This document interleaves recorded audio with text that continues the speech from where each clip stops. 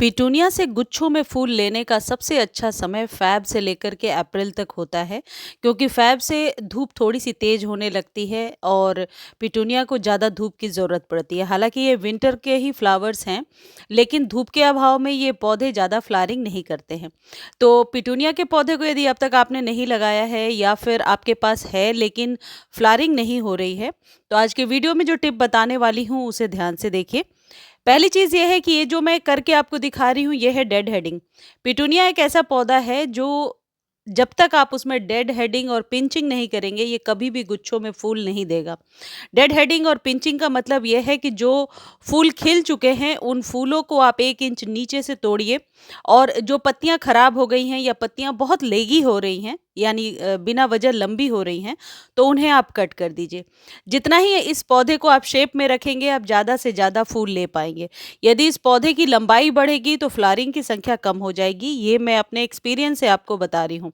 ये जो मेरे पिटूनिया का पौधा है, आप ये मार्च-अप्रैल का ही वीडियो था, लास्ट ईयर का। आप लोगों ने देखा होगा किस तरीके से इसमें भर-भर के फ्लावरिंग हो रही थी और इस बार भी पिटूनिया में बहुत अच्छी फ्लावरिंग होने लगी है। लेकिन ओस और पाले में पिटूनिया का पौधा मरने लगता है। उस समय में कम से कम पानी देना होता है और सिर्फ पिंचिंग करनी होती है। यदि आपके यहाँ धूप अब निकलना शुरू हो चुका है, तो पिटूनिया में आप ये खाद डालेंगे जो वीडियो में मैं आपको बताने वाली हूँ। पिटूनिया के पौधे को आप 6 से 8 इंच के बीच के कंटेनर में लगा सकते हैं या फिर आप हैंगिंग बास्केट में लगा सकते हैं। पिटूनिया से ज़्यादा फूल लेने का दूसरा तरीका ये है कि आप इसमें सीड पॉट ना तैयार होने दें। यदि इसके फूलों को आप नहीं तोड़ेंगे, तो इसके नीचे एक आप यूँ कह सकते हैं एक बंद सी ऐसी चीज़ होती है जिसमें कि सीड पॉट काले-काले सीड बनने लगते हैं।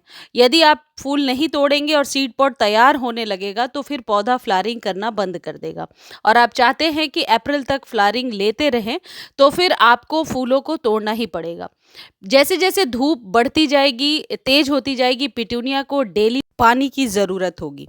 पिटूनिया के पौधे को ज़्यादा से ज़्यादा खाद देने की कोशिश कीजिए। हर एक 4 से 5 दिनों पर फर्टिलाइज़ कीजिए। आप होममेड फर्टिलाइज़र ज़रूर डालिए, जिससे कि इसके लाइफ सर्कल में यानी 3 से 4 महीने में आप ज़्यादा से ज़्यादा फूल ले सकें। पिटूनिया के पौधे के लिए जो सबसे बेहतर खाद है, जो अभी वीडियो में बता रही हूँ, साथ ही साथ होममेड खाद भी आप दे सकते हैं। सबसे पहली खाद होगी सरसों की खली, जिसका इस्तेमाल करने के बाद ही इस तरीके के फूल खिले हैं। सरसों की खली 1 चम्मच आप 6 से 8 इंच के कंटेनर में डालेंगे और उसे आप हर एक वीक रिपीट करेंगे।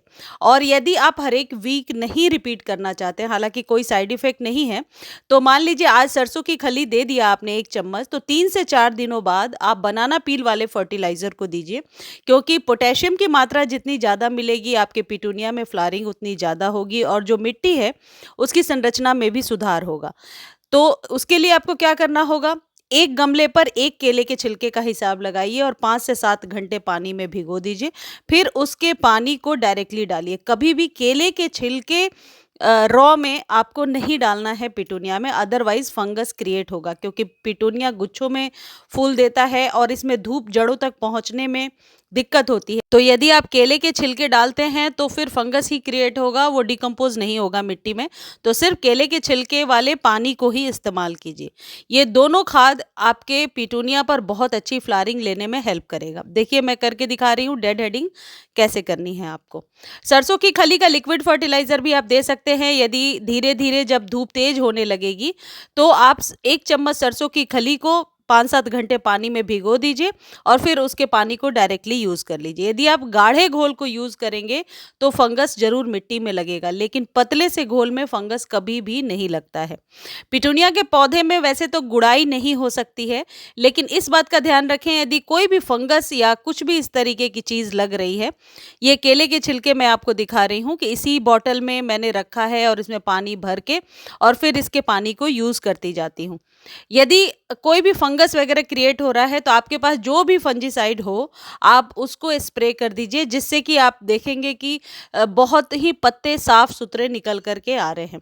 क्योंकि ये गुच्छों में फ्लावरिंग करता है, तो कई बार इसके पौधे के पत्ते के नीचे मिलीबग वगैरह चिपके होते हैं। तो रेगुलर बेस पर जैसे आप अपने सभी पौधों को फंजीसाइड देते हैं वैसे दीजिए।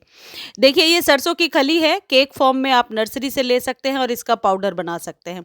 ये 1 चम्मच आप कुछ इस तरीके से किनारे पर, यानी कि रिम के साइड आप डालेंगे, जड़ों के पास नहीं। पिटूनिया के पौधे पर इसका बहुत ही अच्छा इस्तेमाल और यूज़ और बेनिफिट मैंने देखा है। इसको डालिए और ऊपर से पानी डाल दीजिए। ओवर वाटर से कई बार पत्तियां सड़ने लगती हैं। देखिए इसमें फ्लावरिंग कितनी अच्छी हो रही है। जैसे जैसे धूप खिलने लगेंगे, तेज धूप होगी, फ्लावरिंग की संख्या बढ़ती जाएगी। इस तरीके से आप अपने पिटूनिया में अप्रैल मई तक फ्लावरिंग ले सकते हैं।